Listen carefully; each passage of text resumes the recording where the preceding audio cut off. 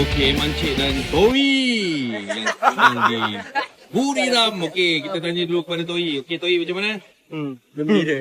Okey lah, bawa balik 3 tapi ni hancur. So, lepas ni macam mana? Ha? NGO, cuba buat NGO sikit. Okey, so macam ni, lepas ni macam mana? Mungkin lepas ni Pomen je lah. Okey. Sebelum ni 2 Pomen dengan Rider. Tak nak lepas ni Pomen lah. Okey, tak tahu lah Iman nak jadi Pomen ke tak. Mancik. Untuk Iman lepas ni Iman akan teruskan lagi dan perbaiki lagi apa yang kurang. Kita prepare lagi untuk next race. Next race kita teruskan lagi. Kita prepare lagi dan terbaik. Okey, disiplin mesti kena jaga. Kena jaga. Okey.